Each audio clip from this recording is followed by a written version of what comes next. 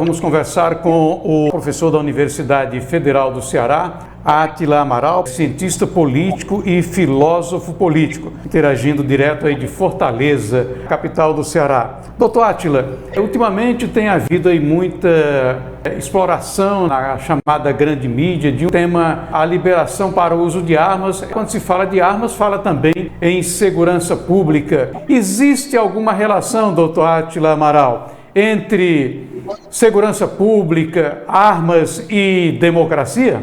Há uma confusão muito grande. A esquerda, no mundo todo, tenta estabelecer um nexo entre a comercialização oficial de armas e a violência. Há países que a gente tem condição de estabelecer um comparativo mais claro. Por exemplo, eu morei no Texas 6 meses, no ano de 2015. A área metropolitana de Houston, que junta Houston e mais algumas cidades lá nos arredores, ela tem uma população muito próxima da área metropolitana de Chicago. Sendo que em Chicago, as leis são altamente restritivas. Podemos falar em um padrão PT de restrição. Ao passo que em Houston, em função das tradições do Texas, a legislação é bem mais flexível em relação ao uso de armas. Isso significa dizer que há inúmeros clubes de tiro, as pessoas têm acesso à compra de armas atendendo a alguns requisitos mínimos e morrem cerca de 200 pessoas por ano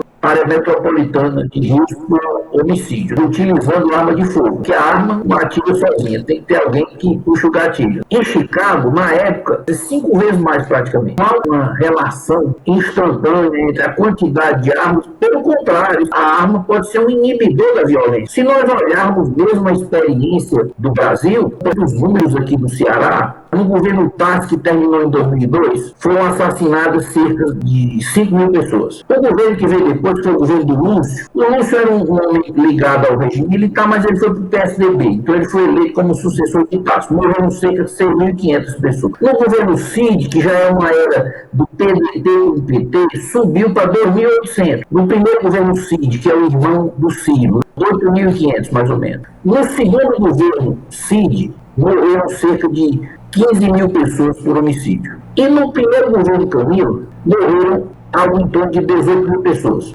É mais do que o triplo. Não houve piora das condições sociais. O que foi que houve? Um modelo de combate ao crime. O crime se organizou, uma parte do tráfico saiu do Rio em função de razões logísticas, que aqui é mais fácil de comercializar para a Europa e Estados Unidos, e eles continuaram combatendo o crime dentro daquele modelo social, dizendo, não, é que a situação social está ruim. Inclusive, o PT pega até mal, porque se a violência cresceu tanto e ele não disse que a situação social melhorou, fica uma coisa meio difícil de explicar. O fato é o seguinte, é que as políticas que têm sido adotadas pela esquerda levaram um crescimento brutal. No governo Bolsonaro, por exemplo, houve uma queda de mais de 20%. No caso do Ceará, era mais de 40%. Porque, inclusive, as nossas grandes cidades, as periferias já estão dominadas pelas facções que arbitram até questões familiares. Então, há uma briga lá de marido e mulher, para não chamar a polícia, para não descobrir os esquemas, é o próprio crime que resolve. Ele arbitra. Se a pessoa do crime arbitrando,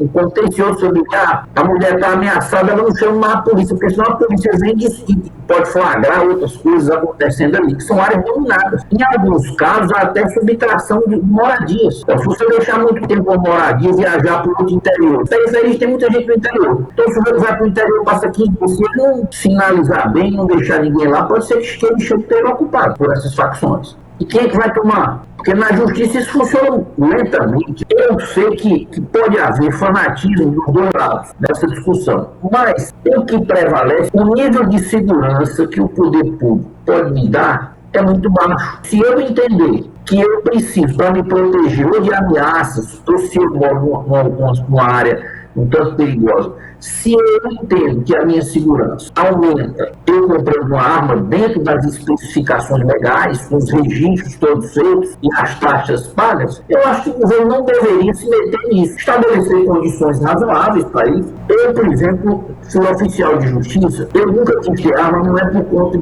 de ser contra as armas, não, é porque eu sou um pouco esquecido. Eu sou aquele cara que está lendo num canto, aí deixa o guarda-chuva, entendeu? E vai se lembra que... Aí eu tenho uma situação situação dessa, é por isso. Mas também eu me senti ameaçado. Quem se sente ameaçado, o governo você não pode ter, não, porque é só a polícia. E a polícia não tem a eficiência que gostaríamos que ela tivesse, entendeu? E agora, doutor Átila, no estado do Piauí, em 24 horas mataram 6 pessoas, só na capital, que é hoje a 40ª cidade mais violenta do planeta.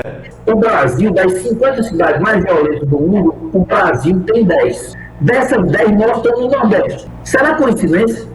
São Paulo e Rio era imensamente mais violento do que o Nordeste 30 anos atrás. E o Nordeste era muito mais forte do que hoje. Então, querer explicar isso por uma questão social, eu não estou dizendo que fatores sociais de pobreza não facilitam o avanço. É claro que sim, mas eles não explicam esse surto nesse nível. O que aconteceu foi que o crime se organizou, que o condomínio de esquerda, ele domina, mesmo quando não era um petista, é um cara do PSB que está cheio de petista apoiando também. E a visão é a mesma, é de que é a pobreza que gera tudo isso. E a pobreza é um componente, mas a situação mudou. Nós estamos trabalhando numa escala de organização do crime. Quando o tráfico vem para cá, ele gera uma série de subatividades. É o tráfico, é a disputa por ponto. Existe outro componente, que é um componente que reflete um pouco a experiência americana, e dizer na arma uma forma de garantir a sua propriedade contra as arbitrariedades do próprio Estado. Esse é um sentido novo que entrou na nossa discussão. Uma população desarmada, se nós pegarmos, por exemplo, o caso da Venezuela, muitas vezes as perseguições políticas mais pesadas são feitas por comandos que não são estatais. São grupos que têm conexão com o governo, são ajudados, mas não são estatais, para não criar uma queimação do próprio Estado. Se não mandar a polícia fazer uma coisa, aí fica registrado. É um caso, ali não fica como se fosse um acerto de conta entre bandidos. Só que o outro lado não é bandido, muitas vezes não participa de atividade ilegal nenhuma. Veja bem, eu não defendo que se mate as pessoas porque elas participem de atividades ilegais, não é isso? Nós não defendemos o extermínio de ninguém. Mas é claro que quando quando a atividade vai ser proibida, quem está armado reage com arma de fogo. E aí, isso aí, nessa situação, pode acontecer da autoridade ter que lançar a mão de arma de fogo também, porque é uma questão de legítima defesa e também de defesa da própria sociedade. Os setores da esquerda, sabe? Os menos fanatizados têm uma certa compreensão disso. Eu não sei se você já viu textos antigos do Lula em que ele tinha uma posição totalmente diferente, defendendo até a pena de morte. O Lula, há vídeo dele falando sobre isso. Mas o fato é que nessa questão das armas, quando houve aquela oportunidade da sociedade brasileira se pronunciar, que estava do mesmo lado, PSDB, PT, Rede Globo, 90% da mídia, perdeu. 2/3 da população, ao invés de eles estabelecer uma forma mais dosada, uma disciplina mais razoável com as armas, era para banir a comercialização de armas. Esse decreto que eles estão propondo aí vai criar um problema sério para a segurança patrimonial, porque a proibição vai atingir o 38, se tiver no formato, se eles não modificarem, que é a arma usada pela segurança patrimonial. Se ela não pode usar o 38, ela vai ter que desfazer desses 38 todos e vai ficar com... O 38 já está meio defasado, porque a bandidagem está já usando uma arma bem mais pesada. O senhor acha que esse projeto ele passa facilmente no Congresso Nacional? O que pode acontecer é que façam modificações um pouco menores e que isso vá para decretos e outras coisas. Pode acontecer isso, eles arranjaram um jeito jurídico de não se submeter tanto ao Congresso.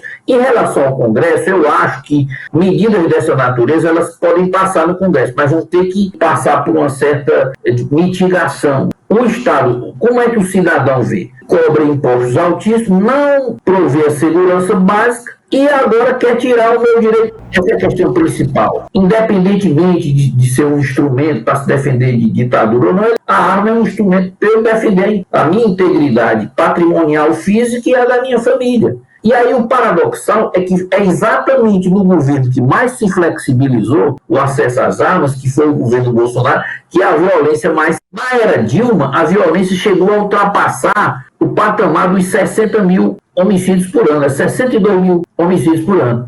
E no governo Bolsonaro, a média, se não me engano, ficou em torno de 46, 47. É um bom número de 14, 15 mil vidas. É claro que ninguém quer que ninguém morra ou seja assassinado. Mas ninguém pode negar que isso é um ganho muito grande, essa queda, e caiu no momento em que a legislação estava mais flexível.